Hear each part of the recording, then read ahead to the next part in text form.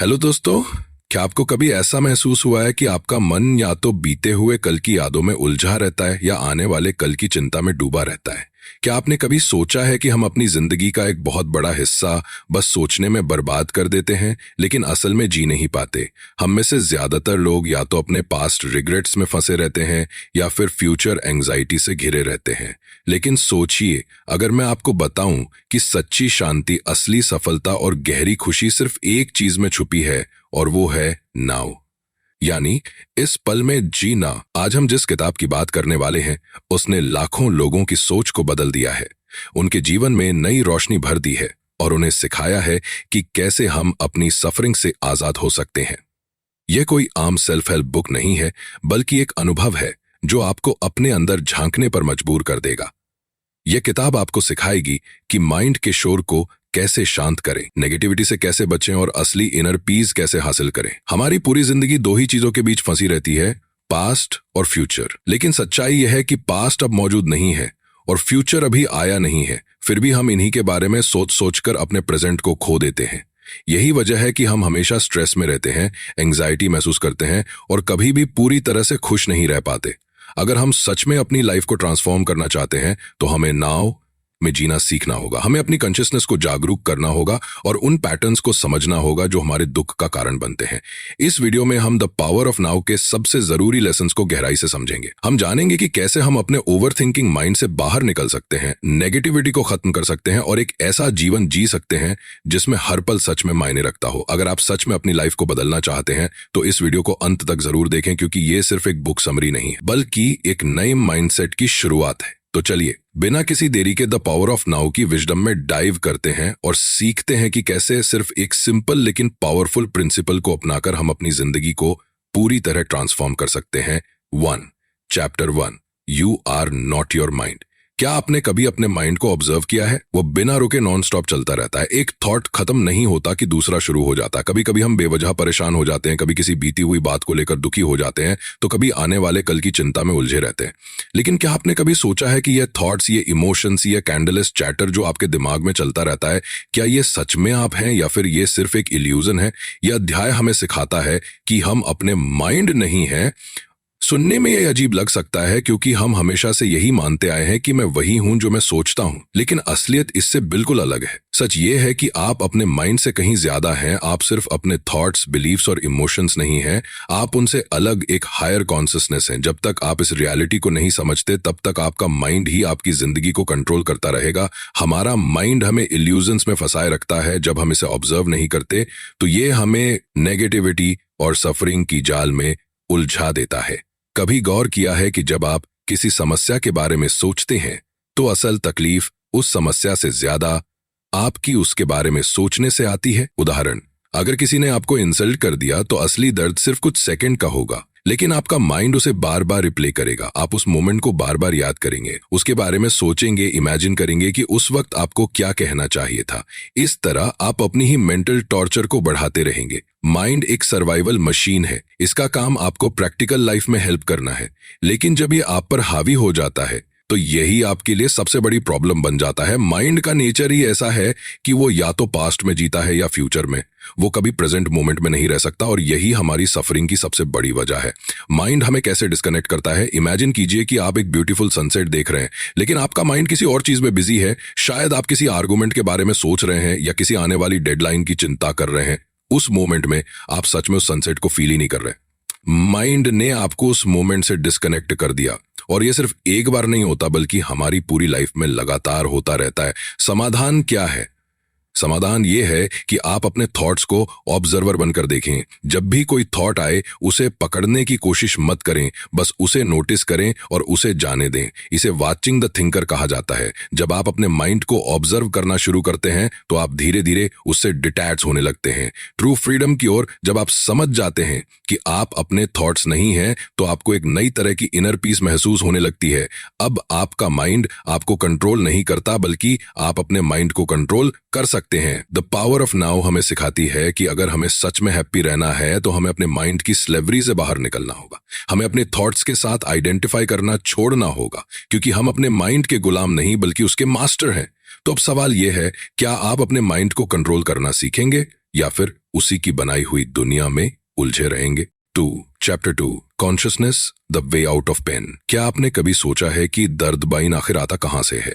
क्या यह सिर्फ किसी चोट, बीमारी या बाहरी परिस्थिति से जुड़ा होता है, या फिर इसका असली कारण कहीं और छुपा होता है? अगर आप गौर करें तो पाएंगे कि हमारा सबसे बड़ा दर्द बाहरी दुनिया से नहीं बल्कि हमारे अपने माइंड से आता है। हमारा माइंड लगातार नेगेटिव थॉट्स, रिग्रेट्स, गिल्ट और वरीज को दोहराता रहता है और यही हमें तकलीफ देता है। लेकिन क्या हम इस पेन से बाहर आ सकते हैं? क्या हम सच में इनर पीस पा सकते हैं? पेन एक इल्यूजन या हकीकत? असल में जब भी हम किसी चीज से दुखी होते हैं तो वह पेन हमारे अंदर दो स्तरों पर मौजूद होता है, एक फिजिकल लेवल पर और दूसरा साइकोलॉजिकल लेवल पर। फिजिकल पेन तो समझ में आता है, लेकिन साइकोलॉजिकल पेन अक्सर सेल्फ क्रिएटेड होता है। यह अनरिजॉल्व्ड इमोशंस का एक कलेक्शन होता है। जब भी कोई सिचुएशन हमारे पास्ट के दर्दनाक अनुभवों को ट्रिगर करती है तो हमारा पेन बॉडी एक्टिवेट हो जाता है और हमें इंटेंस सफरिंग महसूस होती है। क्या आपने कभी ऐसा महसूस किया है कि एक छोटी सी बात पर भी आपको बहुत ज्यादा गुस्सा या दुख होने लगता है?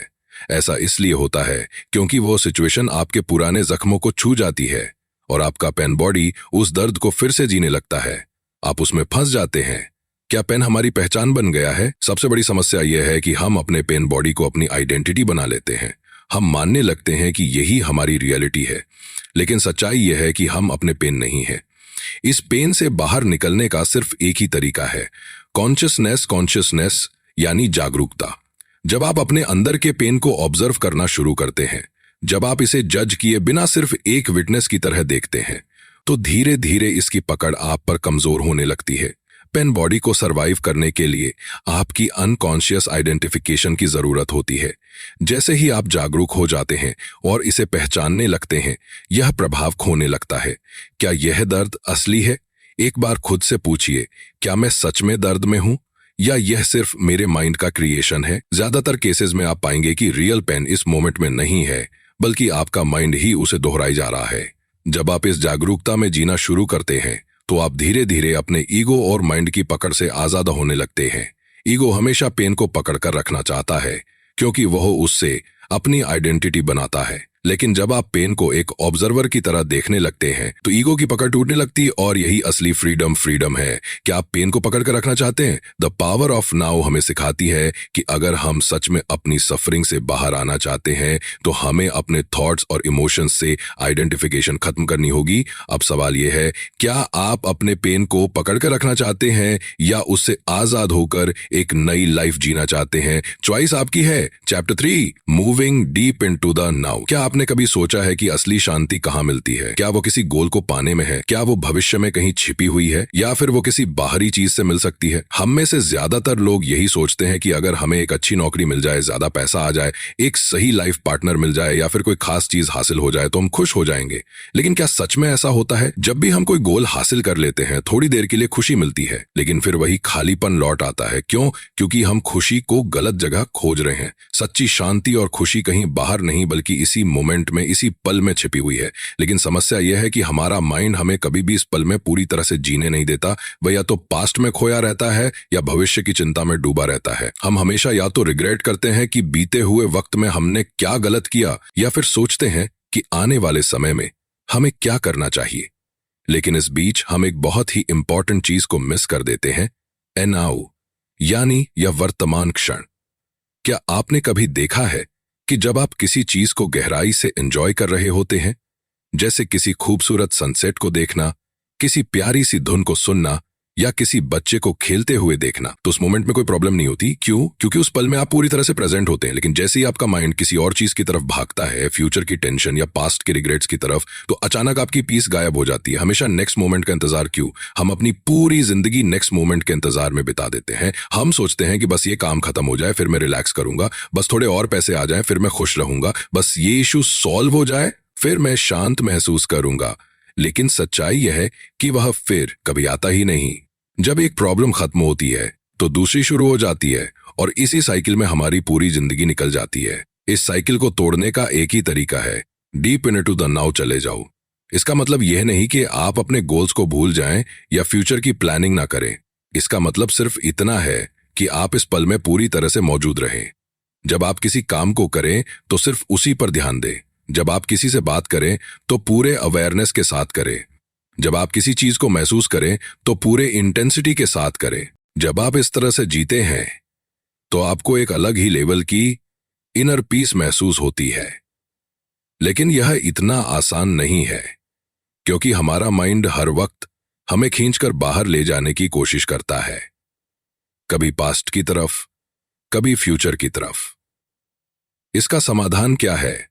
सॉल्यूशन यह है कि अपने माइंड को ऑब्जर्व करना शुरू करें। जब भी कोई थॉट आए तो उसे पकड़ने की कोशिश मत करें, बस उसे नोटिस करें और उसे जाने दें। जब भी कोई डर या चिंता आए तो उससे लड़ने की बजाय उसे समझें कि यह सिर्फ माइंड का एक पैटर्न है। धीरे धीरे आप नोटिस करेंगे कि आपकी अवेयरनेस बढ़ रही है और आपका माइंड अब आपको कंट्रोल नहीं कर रहा, बल्कि आप उसे कंट्रोल कर रहे हैं। जब आप पूरी तरह से प्रेजेंट मोमेंट में होते हैं तो आप अपनी कॉन्शियसनेस के सबसे गहरे लेवल पर पहुंच जाते हैं, और यही असली फ्रीडम है, वो बद नहीं धोरे, यही असली पीस है।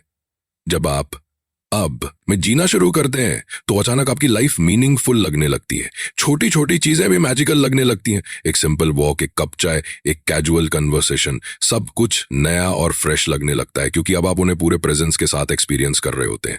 द पावर ऑफ नाउ हमें सिखाती है कि अगर हम सच में अपनी लाइफ को ट्रांसफॉर्म करना चाहते हैं तो हमें डीपेस्ट मोमेंट में उतरना होगा। यही असली हैप्पीनेस है, यही असली सक्सेस है, और यही असली स्पिरिचुअल अवेकनिंग है। तो अब सवाल यह है, क्या आप भी नाउ में जीना चाहते हैं या फिर माइंड की बनाई हुई इल्यूजन्स में उलझे रहना चाहते हैं? Chapter 4 the state of presence. क्या आपने कभी ऐसा महसूस किया है कि आपकी जिंदगी एक ऑटो पायलट मोड पर चल रही है? आप रोज सुबह उठते हैं, वही काम करते हैं, वही बातें सोचते हैं, वही चिंता, वही डर, वही खुशियां। लेकिन क्या आपने कभी सच में आपको महसूस किया है? ज्यादातर लोग अपनी पूरी जिंदगी या तो पास्ट की यादों में या फ्यूचर की चिंता में बिता देते हैं, लेकिन शायद ही कभी पूरी तरह से प्रेजेंट मोमेंट में होते हैं। लेकिन अगर मैं आपको कहूं कि सच्ची शांति, सच्ची खुशी और सच्ची जागरूकता सिर्फ इसी पल में है, तो क्या आप यकीन करेंगे? द स्टेट ऑफ प्रेजेंस एक ऐसी अवस्था है जहां आपका माइंड पूरी तरह से शांत हो जाता है और आप सिर्फ होने, बीइंग के अनुभव में आ जाते हैं। प्रेजेंस का मतलब ये नहीं कि आप कोई खास टेक्निक अपनाएं, कोई मेडिटेशन करें या खुद को अलग थलग कर लें। प्रेजेंस का मतलब है कि आप पूरी तरह से जागरूक, फुली अवेयर और इस पल में मौजूद, फुली प्रेजेंट हों। लेकिन यह इतना आसान क्यों नहीं है? क्योंकि हमारा माइंड हमें कभी भी पूरी तरह से प्रेजेंट नहीं रहने देता। जैसे ही आप इस मोमेंट में आने की कोशिश करते हैं, आपका माइंड तुरंत किसी और बात में उलझने लगता है। कल क्या हुआ था? आने वाले समय में क्या होगा? क्या मैं सही कर रहा हूं? क्या लोग मेरे बारे में अच्छा सोच रहे हैं? और इसी तरह के एंडलेस थॉट्स हमें इस पल से डिस्कनेक्ट कर देते हैं। लेकिन अगर आप इसे समझ लें तो आप देखेंगे कि माइंड सिर्फ एक टूल है जिसे सही तरीके से इस्तेमाल किया जाना चाहिए, ना कि वो चीज जो आपको कंट्रोल करे। जब आप प्रेजेंस में होते हैं तो आप एक अलग ही एनर्जी महसूस करते हैं।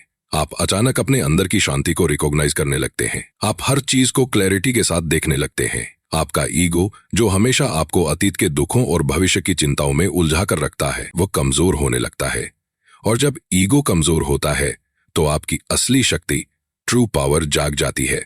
क्या आपने कभी गौर किया है कि जब आप किसी ऐसी चीज में पूरी तरह से डूब जाते हैं जिसे आप पसंद करते हैं, जैसे म्यूजिक सुनना, पेंटिंग करना, डांस करना या कोई खेल खेलना, तो उस वक्त आपका माइंड पूरी तरह से शांत हो जाता है। आप ना तो पास्ट के बारे में सोचते हैं, ना फ्यूचर के बारे में। आप सिर्फ उस मोमेंट में होते हैं। यही होता है द स्टेट ऑफ प्रेजेंस। अगर हम अपनी पूरी जिंदगी इसी स्टेट में जीना सीख लें तो हमारी सफरिंग हमेशा के लिए खत्म हो सकती है। लेकिन इस स्टेट में पहुंचना आसान नहीं है, क्योंकि हमारा माइंड बार बार हमें खींच के बाहर निकालने की कोशिश करता है। जब भी आप किसी सिचुएशन में होते हैं, आपका माइंड उसे जज करना शुरू कर देता है। यह अच्छा है या बुरा? मुझे ये पसंद है या नहीं? क्या ये चीज मुझे फ्यूचर में हैप्पीनेस देगी? लेकिन प्रेजेंस में रहने का मतलब है कि आप इन जजमेंट्स को छोड़ दें और हर चीज को बस वैसे ही ऑब्जर्व करें जैसी वो है, बिना किसी लेबल, बिना किसी एक्सपेक्टेशंस के। जब आप प्रेजेंस में होते हैं तो आपकी जिंदगी एक नए पर्सपेक्टिव से खुलने लगती है। आप छोटी छोटी चीजों में भी खुशी महसूस करने लगते हैं। एक सिंपल वॉक, एक कप चाय, हवा की हल्की सरसराहट, हर चीज अचानक मीनिंगफुल लगने लगती है, क्योंकि अब आप उन्हें पूरी तरह से एक्सपीरियंस कर रहे होते हैं।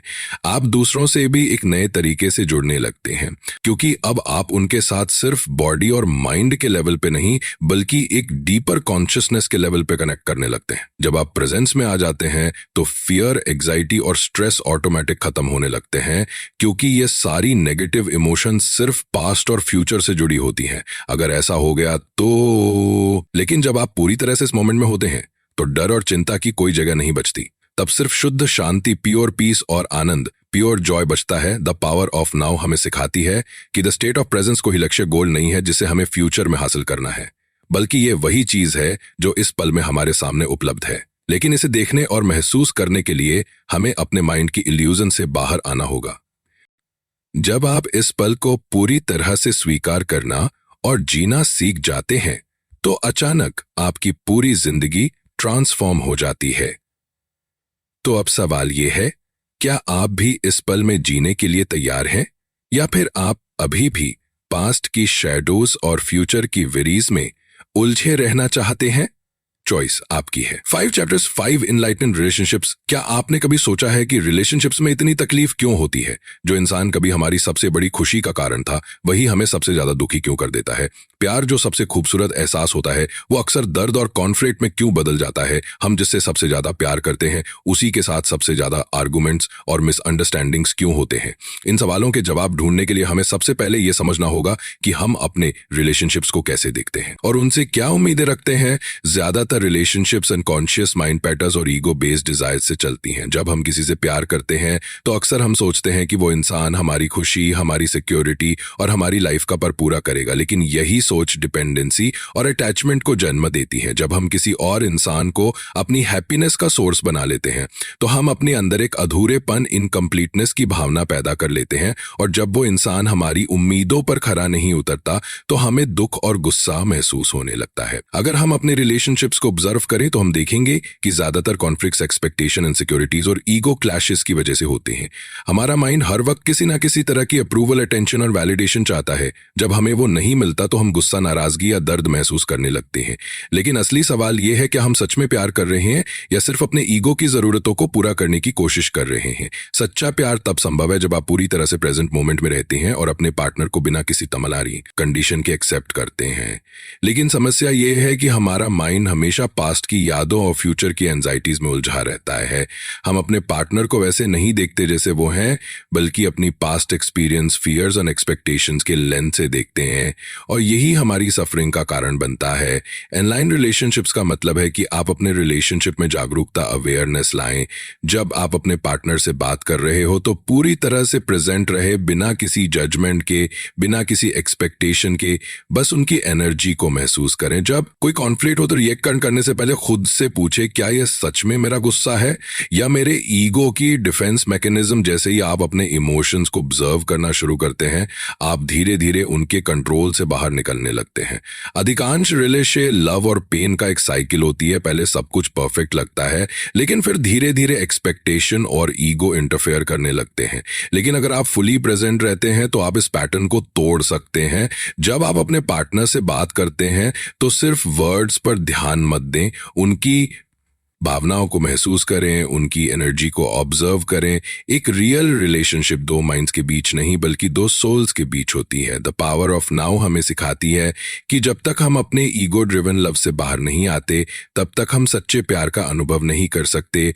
प्यार पजेसिवनेस या डिपेंडेंसी नहीं है, बल्कि प्योर प्रेजेंस और एक्सेप्टेंस है। जब आप अपने पार्टनर को पूरी तरह से एक्सेप्ट करना सीख जाते हैं, बिना उन्हें बदले, बिना उन पे कंट्रोल रखने की कोशिश किए, तभी आपका रिलेशनशिप ट्रूली इनलाइटिंग बन सकता है। तो अब सवाल ये है कि आप भी अपने रिलेशनशिप को हायर कॉन्शियसनेस तक ले जाना चाहते हैं, या फिर वही पुराना ईगो बेस्ड साइकिल दोहराते रहना चाहते हैं? चॉइस आपकी है। Chapter 6, the meaning of surrender. क्या आपने कभी सोचा है कि जिंदगी में सबसे ज्यादा तकलीफ तब होती है जब हम किसी चीज से लड़ रहे होते हैं, जब चीजें हमारे अनुसार नहीं चलती, जब हालात हमारे कंट्रोल में नहीं होते, जब किसी चीज को बदलना हमारे बस में नहीं होता, तब हम अंदर ही अंदर घुटने लगते हैं। हमारा माइंड हर वक्त इस कोशिश में लगा रहता है कि वो सब कुछ कंट्रोल कर सके, लेकिन जब ऐसा नहीं होता, तो हम दुखी और परेशान हो जाते हैं। लेकिन क्या होगा अगर मैं कहूं कि जिंदगी से लड़ने की जरूरत ही नहीं है? अगर मैं कहूं कि सच्ची शांति तब मिलती है जब हम सरेंडर करना करना सीख जाते हैं। सच्चा सरेंडर यानी आत्मसमर्पण हार मानना नहीं है, बल्कि जिंदगी को वैसे ही एक्सेप्ट करना है जैसी वह इस मोमेंट में है। सरेंडर का सही अर्थ हम अक्सर सरेंडर का मतलब गलत समझ लेते हैं। हमें लगता है कि सरेंडर करने का मतलब है कि हम अपनी इच्छाओं, अपने गोल्स या अपनी मेहनत को छोड़ दें, लेकिन असलियत में सरेंडर का मतलब है उस रेजिस्टेंस को छोड़ देना जो हमें इस मोमेंट के खिलाफ लड़ने पर मजबूर करता है। जब हम किसी सिचुएशन को पूरी तरह से एक्सेप्ट करते हैं बिना उससे भागे या उसे बदलने की कोशिश किए, तो हम एक गहरे इनर पीस में आ जाते हैं। रेजिस्टेंस ही तकलीफ की जड़ है, हमारी सफरिंग का असली कारण हमारा रेजिस्टेंस है। जब भी कोई दुखद या मुश्किल स्थिति आती है तो हम या तो उससे भागने की कोशिश करते हैं या फिर उसे जबरदस्ती बदलने की। लेकिन सच्ची आजादी तब आती है जब हम पूरी तरह से इस मोमेंट को स्वीकार कर लेते हैं। इसका मतलब ये नहीं कि हम कोई एक्शन नहीं लेंगे, बल्कि इसका मतलब ये है कि हम हर एक्शंस को बिना डर और नेगेटिविटी के लेंगे।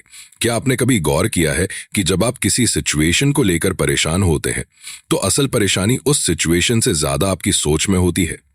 अगर आप उसे बिना जजमेंट के पूरी तरह से एक्सेप्ट कर लें तो अचानक उसका दर्द कम हो जाता है, क्योंकि रेजिस्टेंस से ही सफरिंग पैदा होती है।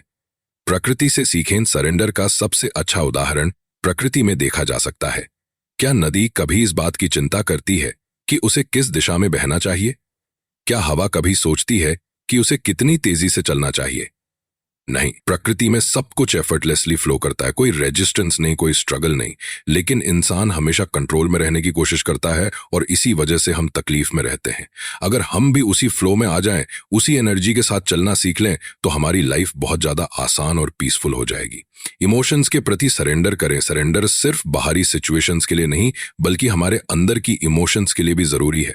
जब हम किसी दर्द या तकलीफ को एक्सेप्ट नहीं करते, जब हम अपनी फीलिंग्स से भागने की कोशिश करते हैं, तो वे और ज्यादा स्ट्रांग हो जाती। लेकिन जब हम उन्हें ऑब्जर्वर की तरह देखते हैं, बिना जजमेंट के, बिना उनसे लड़ने की कोशिश किए, तो वे धीरे धीरे डिसॉल्व होने लगती हैं। सरेंडर हमारी सबसे बड़ी ताकत है। सच्चा सरेंडर एक बहुत गहरा स्पिरिचुअल एक्ट है। इसका मतलब है कि हम अपने ईगो की कंट्रोल करने की आदत को छोड़ दें और लाइफ के नेचुरल फ्लो के साथ चलें। इसका मतलब है कि हम हर मोमेंट को वैसे ही स्वीकार करें जैसा वो है, बिना पछतावे, बिना उम्मीद, बिना डर। जब हम ऐसा करना सीख जाते हैं तो एक अलग ही तरह की शांति हमें घेर लेती है। द पावर ऑफ नाउ हमें सिखाती है कि सरेंडर करना कमजोरी नहीं, बल्कि हमारी सबसे बड़ी ताकत है। जब हम जिंदगी से लड़ना छोड़ देते हैं और उसे वैसे ही एक्सेप्ट करते हैं जैसी वह है, तब हम सच में फ्री हो जाते हैं। सच्ची खुशी और सच्ची शांति वही लोग महसूस कर सकते हैं जो खुद को जिंदगी के हवाले कर देते हैं, जो हर सिचुएशन में ट्रस्ट रखते हैं और हर मोमेंट को पूरी तरह से जीते हैं। अब फैसला आपका है, तो अब सवाल यह है, क्या आप भी सरेंडर करना सीख सकते हैं?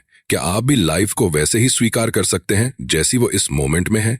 या फिर आप उसी स्ट्रगल और रेजिस्टेंस में उलझे रहना चाहते हैं जिसमें आज तक पूरी दुनिया उलझी रही है?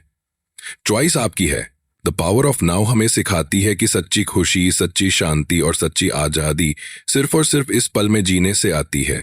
हम जिंदगी भर या तो पास्ट की यादों में खोए रहते हैं या फ्यूचर की चिंता में उलझे रहते हैं, लेकिन असल में हमारे पास सिर्फ एक ही चीज होती है, नाउ, यानी यह वर्तमान क्षण।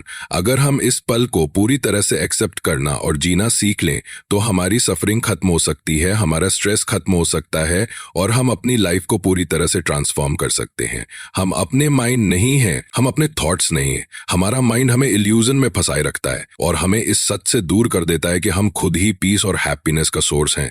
लेकिन जब हम पूरी तरह से अवेयर होकर प्रेजेंट मोमेंट में जीते हैं तो हम अपने अंदर की उस शांति को महसूस कर सकते हैं जो हमेशा से हमारे साथ थी। आपके लिए एक सवाल, अगर अभी इस मोमेंट में कोई भी चिंता, कोई भी पछतावा, कोई भी डर ना हो तो आपकी लाइफ कैसी लगेगी? इसे महसूस करें, इसे जिएं, क्योंकि यही द पावर ऑफ नाउ है। अगर आपको इस वीडियो से कुछ नया सीखने को मिला तो इसे लाइक जरूर करें और कमेंट में बताएं कि आपको इस किताब का सबसे जरूरी लेसन कौन सा लगा। क्या आप भी अपनी लाइफ में नाउ को अपनाने के लिए तैयार हैं? इस वीडियो को अपने दोस्तों और परिवार के साथ शेयर करें ताकि वे भी इस पावरफुल ज्ञान का लाभ उठा सकें। और अगर आप ऐसी ही और बुक्स की समरी देखना चाहते हैं तो चैनल को सब्सक्राइब करें और बेल आइकन दबाएं ताकि आपको हमारे नए वीडियोस की नोटिफिकेशन मिलती रहे। मिलते हैं अगले वीडियो में, तब तक नाउ में जिए।